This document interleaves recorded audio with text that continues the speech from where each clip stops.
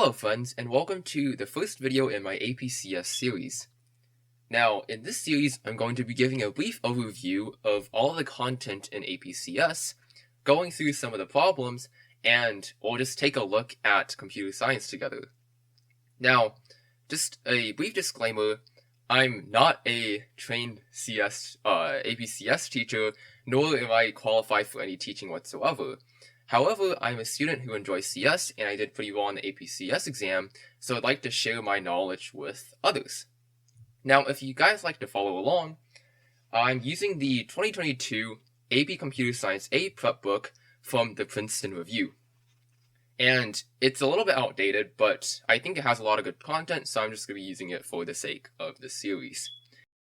This is going to be the first video, and we're going to cover primitive types. And before I get started, I'd like to discuss a little bit about what computer science is. Now, if you don't want to listen to me ramble, you can skip forward in the video, but I'm just going to describe what I think is something really important for new people coming into computer science to understand. Right?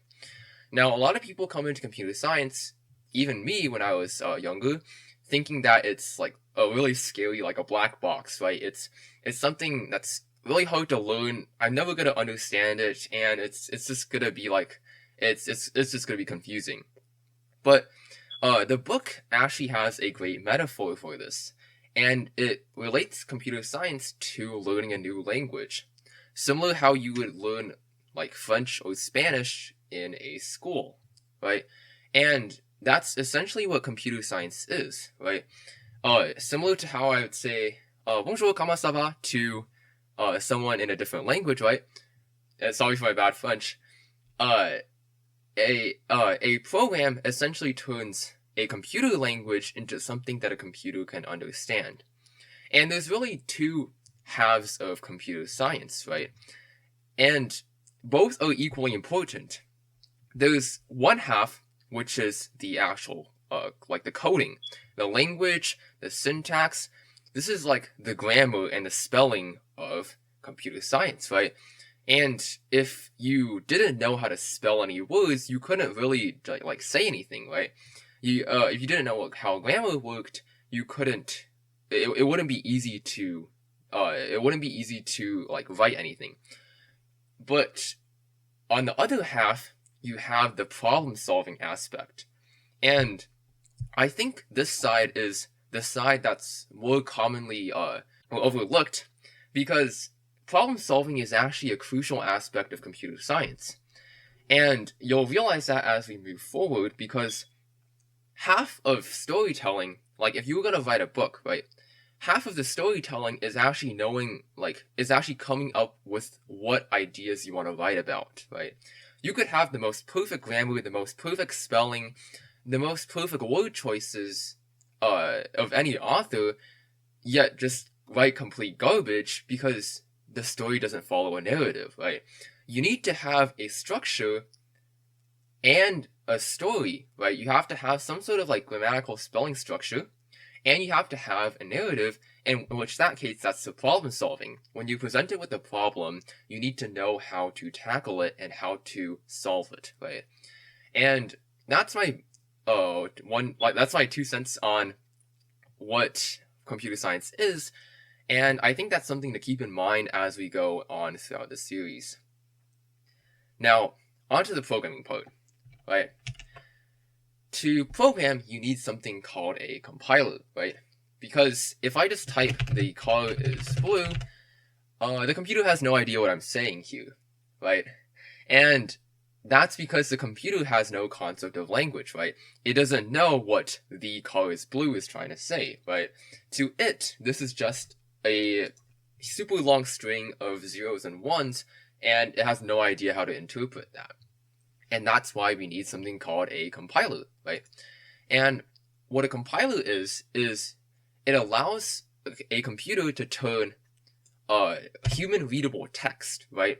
It allows the computer to turn text into something the computer can understand, right? And there's actually two things that a computer uses to run a program like Java, right? It needs a compiler and an interpreter, right? The compiler the compiler is in charge of taking the program and turning it into binary. Basically, it condenses all the information, because text, it might not seem like a lot, but text is actually really not that dense, right? It's like you can write an entire page of program and it takes up a lot of space, but it doesn't actually represent that much.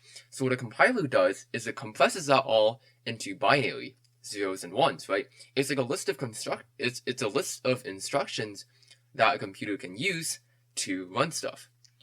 But a computer also needs what's called an interpreter, right? The compiler turns it into zeros and ones, but the zeros and ones are just sitting there, right? They're doing nothing. An interpreter takes those zeros and ones and it actually executes on them, right? It's like actually taking action on what the compiler has done, right? So these two things, the compiler and the interpreter, work together to run a program. Now, what you'll see here is I have a web-based compiler open, and this isn't anything special. I'm not sponsored by programmers or whatever, but I just literally searched up online Java compiler, and it gave me this. So if you're just new to CS and don't want to go through the hassle of setting up a compiler yourself, you can use a web-based compiler like this one, right? And I think this works perfectly fine. It should do all the stuff that I'm going to do in the entire series, and you should have no problem whatsoever using a web-based compiler, right? But I will be using my own compiler that I have on my own machine with my own editor, so don't be scared if you see what I'm doing. All you need to do is have the same text as me, right? And everything should work out. So I'm going to open that in a second, and I'll be right back.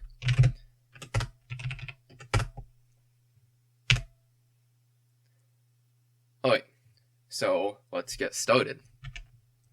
Now, as you can see here, what I explained earlier, this is basically the same exact screen, except I just customized mine, and I think it looks a tiny bit cooler, But everything else should be the same. So, let's get started with actually coding. And one of the most basic concepts to understand is the idea of comments.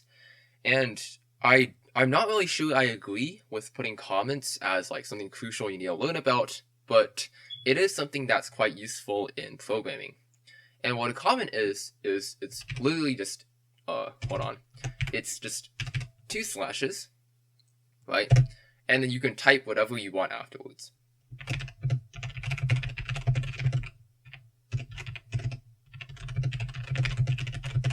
Right? And this may not seem like a lot, and it's not really that, it isn't really that much, but basically a comment allows you to just type text into code without having the computer actually read it, right? So when the compiler actually goes through the code and compiles it, right, when it sees a line starting with these 2 slashes, what it does is it just quite literally skips over that line, right? It doesn't even take this line into account. Now you might be wondering, how is this even remotely useful if the computer doesn't even read it? And that's the thing. We don't want the computer to read it because it's only meant for humans to read, right? You as a programmer might want to leave comments in your code to let other people know, or even yourself know, what code is trying to do, right? And there's another way of doing comments, which I don't really prefer, but I'll mention it anyways. It's a slash and an asterisk, right? So you just slash asterisk, you can type comments, and what you'll notice is when I hit enter, it brings me another asterisk, and I can keep typing a comment, right? And this is called a multi-line comment, right? So it's like multiple lines for a comment, and then when you want to end the comment, you just type an asterisk and a slash again. Now, as you can see, the computer recognizes that, and it comments out all 4 lines. Sweet. Alright, now for actually running code. Now, let's get started with the basics of how Java interprets code, right? And this is something I don't really like about Java, and that has a lot of what's called boilerplate, which is stuff you need to type before the program actually does stuff. Which might seem kind of weird, but hang in there, right? And repeat this with me because you're going to be typing it a lot. Public class program, public static void main string args brackets. All right. Now this is why you might how you can see that like I don't really like Java as a language, because this doesn't even do anything, right? It's just something you need to type in every file in order to actually execute code, which I think is kind of dumb, but oh well. So what is this exactly? Well, we're going to go into all of these things like public, class, main, string, args, right? Like all of this stuff is kind of convoluted right now, and we're not going to go into it. But make sure you memorize this, because it's actually going to be showing up a lot whenever we have to write a new program, right? And one thing to mention is this word program right here. That's actually the name of my file, right? So you can see I have a file called program.java. Now, if you're using like program is, as you can see, the name of the file is main.java, so you would have to type in public class main instead of public class program. But everything else stays the same. So public static void main string array args, right? Oh shoot. And yeah. And as you can see, if we just click run here, it should run the code. And if you're using a web-based compiler, just click run, and that should handle all of the code for you. Great. Now let's keep going. So we have public static void main string args, and what you'll notice is that when you start typing, the editor automatically inserts what are called tabs into your program. Now, these tabs actually serve no functional purpose. They're just to make the program look pretty, right? If you do this, it'll still work, but it looks much more uglier. So we prefer this. Alright? And what you'll notice is that there's this thing called like nesting, right? And in between pairs of brackets, each level in, you have like one more tab. And that's by design to like make it easier to understand what's going on in code. But just for now, know that when you type stuff, you always want to start from 2 tabs in, because there's 2 sets of brackets surrounding your program. But enough of that. Let's get started with actually printing stuff to the screen. And this is one of the most fundamental concepts in APCS, and you'll be using this a lot, because this is how you're going to be telling the user what's actually going on in a program, right? What's the point of having a program if it doesn't do anything, right? So what we're going to do is we're going to say system.out.println. Make sure that's an L, that's not an I. It's println, which stands for print line, and we're going to say hello world. And we're going to execute it. And as you can see, when I run the code, it prints out hello world at the bottom of the screen, right? And that's pretty cool. And if you do the same thing in a web-based compiler, which if I can get it to work,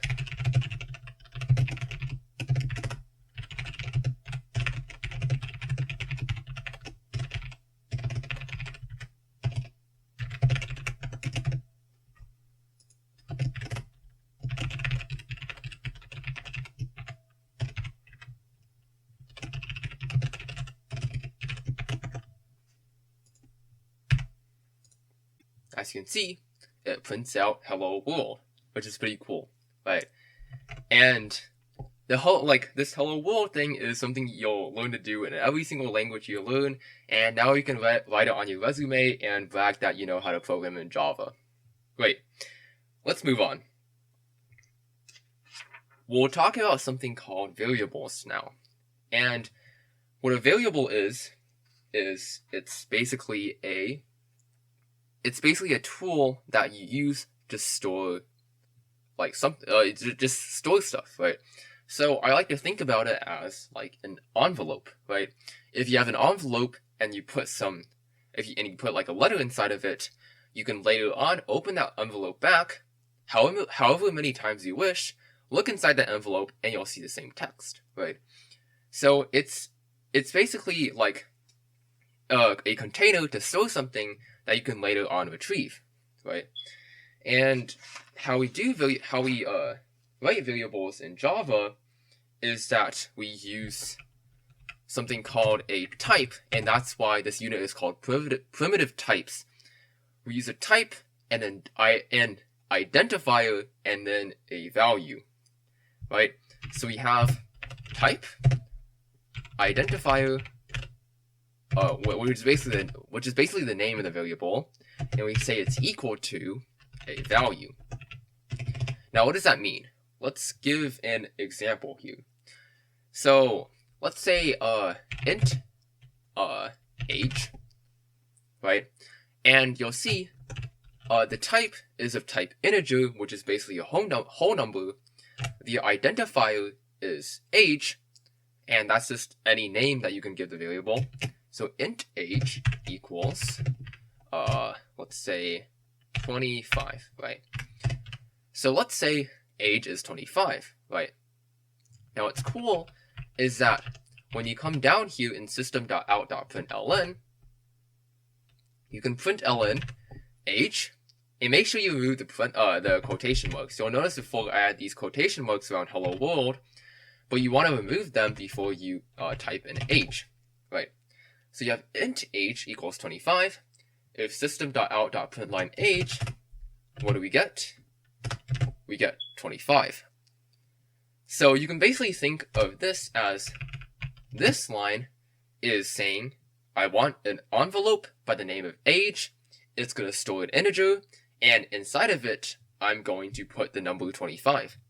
And later on in the program, I can say system.out.println age, and I'll look back in that envelope, and I'll see, oh, earlier I put the number 25 in this envelope, and now when I look inside of it, I get the number 25 back, right? So it's just a container to store stuff. And variables are extremely useful, and they're going to come up many times because they're just that extremely useful, right? Now, what about other types of variables, right? Actually, before we do that, let's talk about assignment, right? What assignment is the equal sign. So earlier I said the equal sign is like putting the number inside the envelope, right? But what if later on you wanted to change the value inside the envelope? Well, it's quite easy actually. You just say age equals, let's say, 30, right? And it's as simple as that. Now you'll notice I don't have to type an int on this line because the envelope already knows that it's going to be an integer, right? If I type like bool age on this line, it's going to do something a bit different, and we're not going to go into that in this video. But basically, when you reassign a variable, right? Reassign, assignment, they're like the same thing.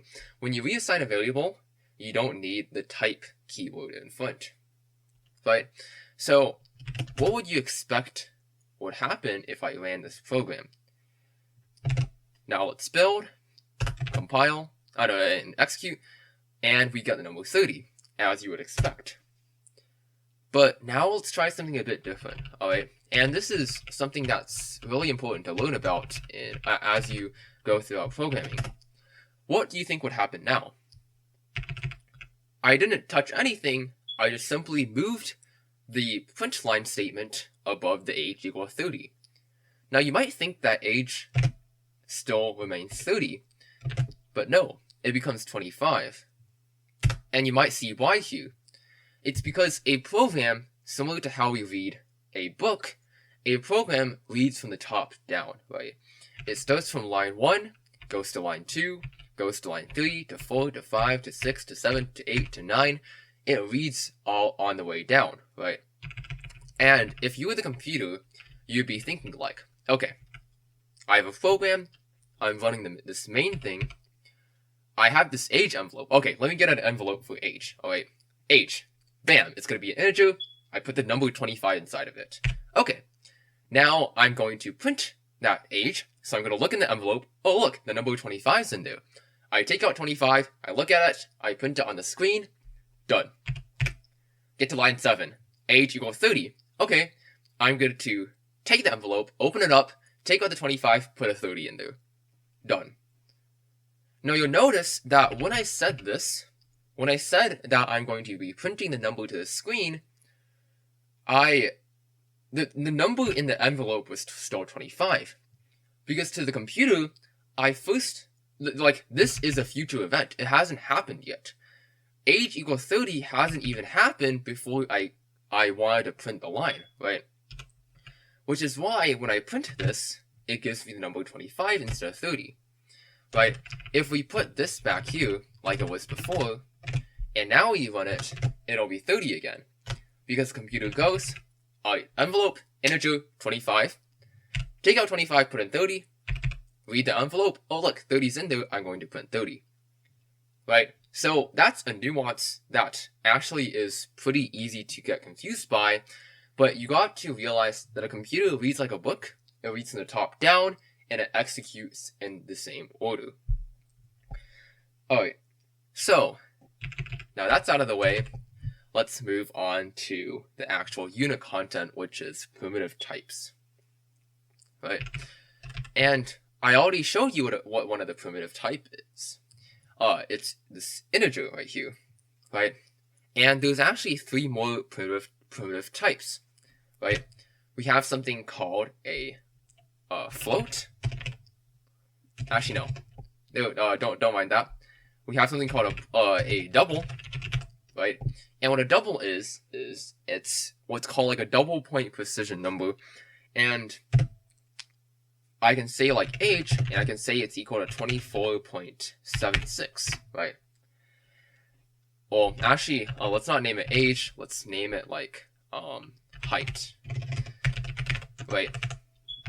So let's say height is, I don't know, 24 units, 24 feet, could be anything. And let's system.out.print line height. So let's take a look at this. What you'll notice is that I have 25, 24.76. Pretty straightforward, right? Now you might be noticing, what's the difference between an integer and a double? Well, here's the thing. Let's go back here, and let's make this 24.76. And let's run it again. Alright. Actually, before I even get to execute it, I get this error. It says, error, incompatible types, possible lossy conversion from double to int. Now, why is that? Well, as the name might suggest, an integer is a whole number, right? And what I'm trying to do here is I'm trying to store a floating point number into an integer, and that's not good.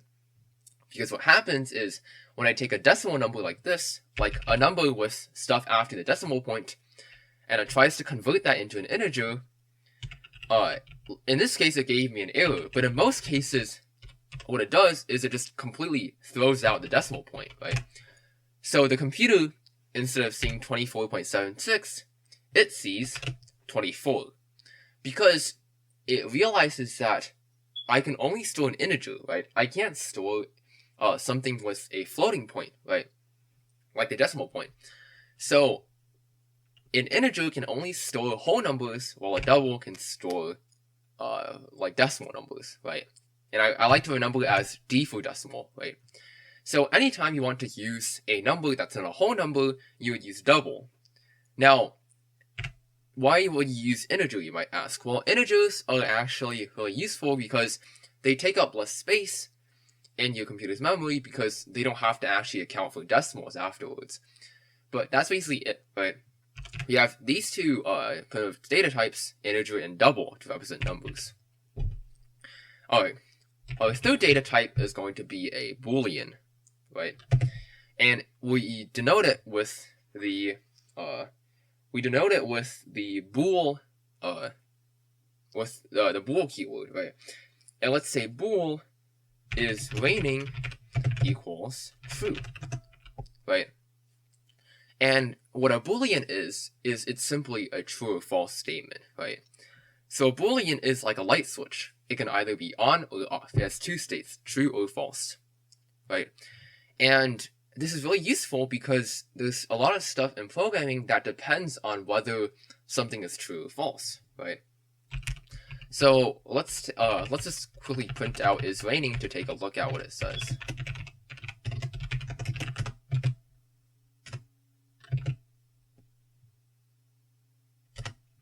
Oh, sorry, I made a mistake here. It's the keyword isn't bool, it's actually the entire word boolean. I got stuck in C++ land there. But okay, so boolean is raining equals true. Should compile now, and you'll see it prints out true at the bottom here, right? And that's pretty cool. So we have boolean is raining equals true, right? Boolean, true or false, pretty simple. Now the last one is a char, which is short for character, right? So let's say we say character C equals, and you'll notice I'm using the single quotations here. I'll see it's equal to A, right? Now if I print out character C, if I system.out.println C, what it'll do is it should print the character A, right? Now, those are the 4 main primitive data types, right? And that's what you're going to be using, like, that's most of the data types you'll actually need for the APCS exam. There's one more, and this isn't considered primitive because it's something that Java actually, it's part of the Java language, and it's not really considered primitive, but it's what's called a string, right?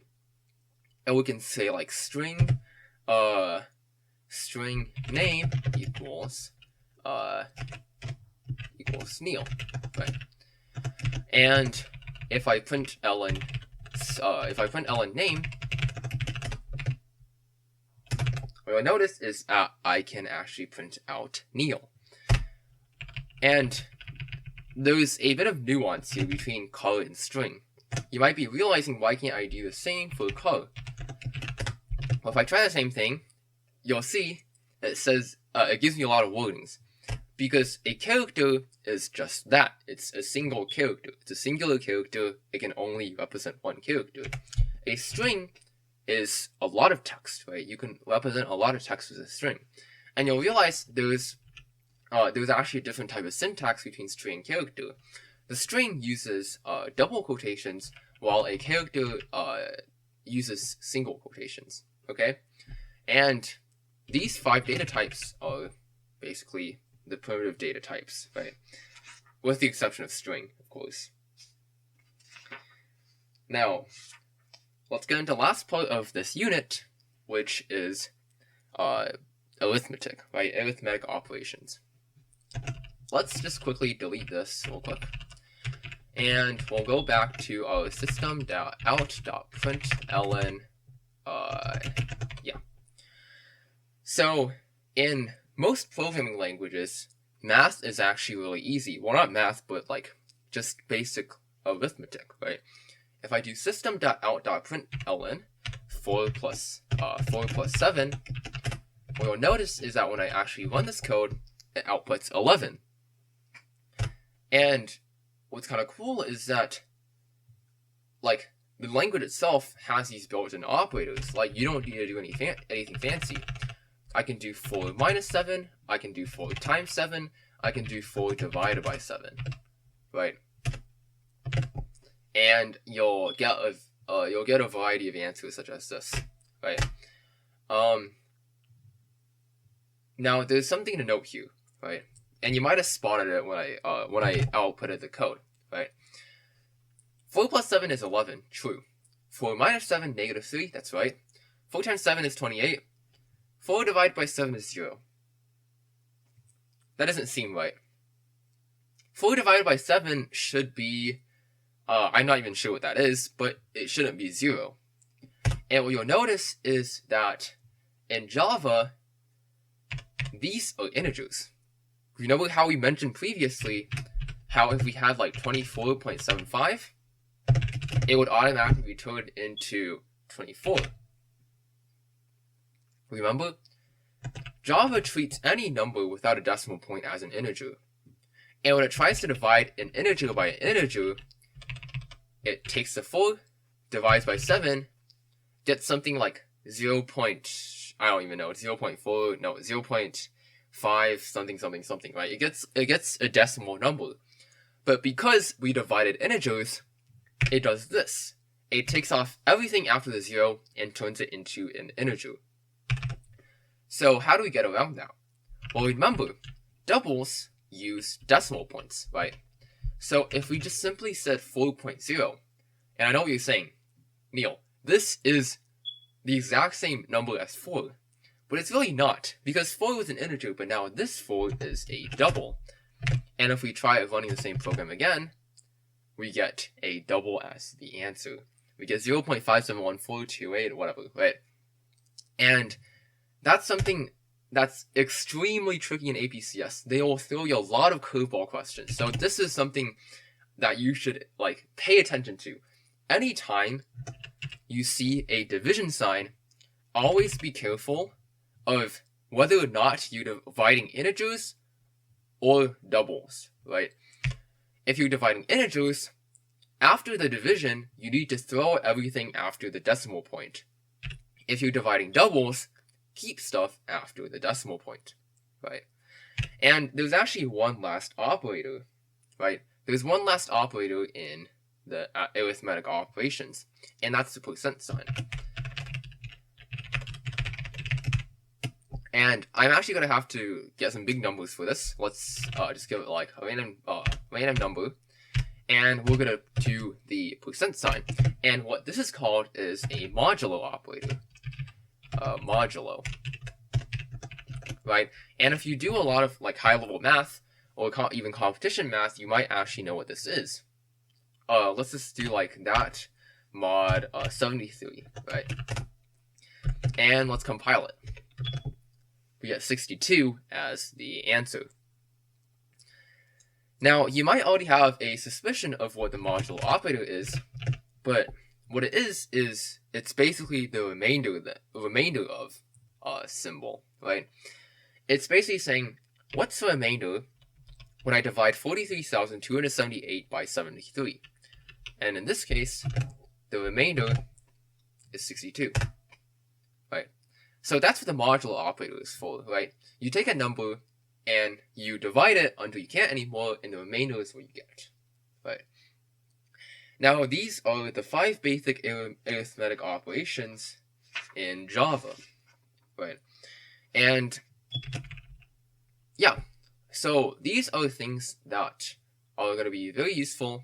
You're gonna use these to manipulate numbers, and there's something that you might have learned in 3rd grade math that comes up here. Right. I'm gonna say system.out.println. Let's do 5 plus 7 times 8. Right. And what I'm thinking here is a computer reads from left to right, right? Similar to how English works, right? 5 plus 7, that's 12 times 8. If I'm not mistaken, it's 96. I expect the answer 96. 61. That's not right. Why is it giving me 61? Well, in math class, you might have learned that there's something called order of operations, right? And a computer is actually really smart in that it actually knows how to do order of operations. It realizes there's a multiplication here. Multiplication is more important than addition. So we do 7 times 8 first, we get 56, we add the 5, we get 61, and that's what we get, right? And that's something to keep in mind, right? Because you can easily get tripped up by order of operations on the APCS test, right? And they throw a lot of curveball questions with order of operations. And how you get around that is use parentheses. If you ever heard of PEMDAS, please excuse my dear Aunt Sally or whatever, parentheses are the #1 priority, right? So if we surround the 5 plus 7 with parentheses, the computer's first going to take a look at this 5 plus 7, it's going to get 12, multiply by 8, and we're gonna get 96, right? Let's build the program, and we get 96. Neat. And yeah, so if ever you need to do an operation for another, you would use parentheses to do so, right? And on to the last part of the section, we have well, basically like reassignment operators for integers, or for numbers, I would like to say, yeah. So we have two things that are pretty useful, which are the increment and decrement operator. Let's say we have int count, and we start counting at 100, right? Now, if we just make sure that our computer is working right and we print line count, we'll see that it prints out 100. But let's say you were making a program that was like counting down from 100, right? What you could do is you could say count minus minus, and what that does is it subtracts 1 from count, right? No matter what count is, if it's 100, turns it into 99. If it's 4, turns it into 3. If it's 976, it turns into 975, right? The minus minus operator removes 1 from count, right? And if we run this, if you can see, we get 99. If we do this 3 more times, we get 96 because it's removing 4 ones from 100. Now, what if we wanted to count up from 100? Well, as you might have guessed, count plus plus. The plus plus operator takes count and it adds 1. 100 turns into 101, 4 turns into 5, 976 turns into 977. Great. And just to be sure, this works the same as the minus minus in that you can stack them. Okay. And what the increment and decrement operators are they're basically like simplified versions of these shortcut operators, basically, right? And you can use these for any number.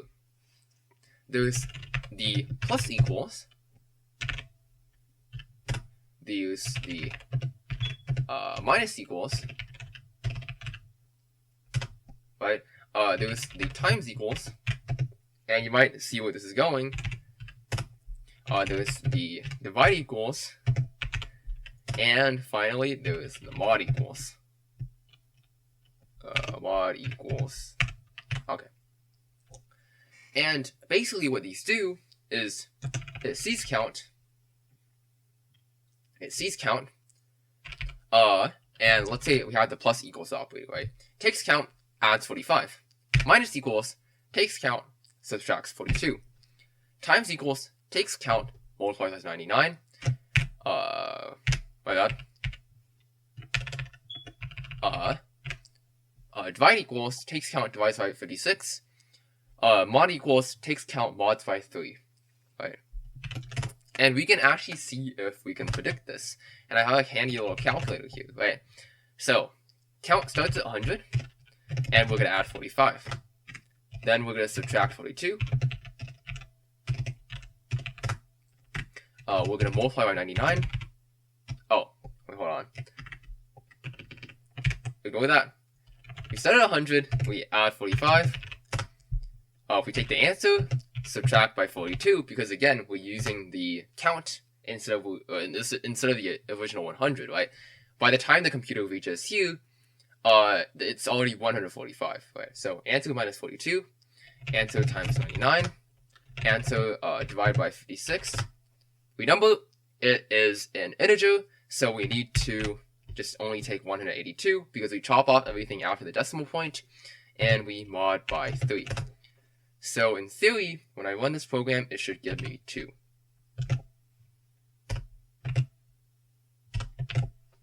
And that's exactly what we get. So that's the end of this unit. I want to take a little bit of a break, recap all of this stuff, and yeah, this is a fun video to make.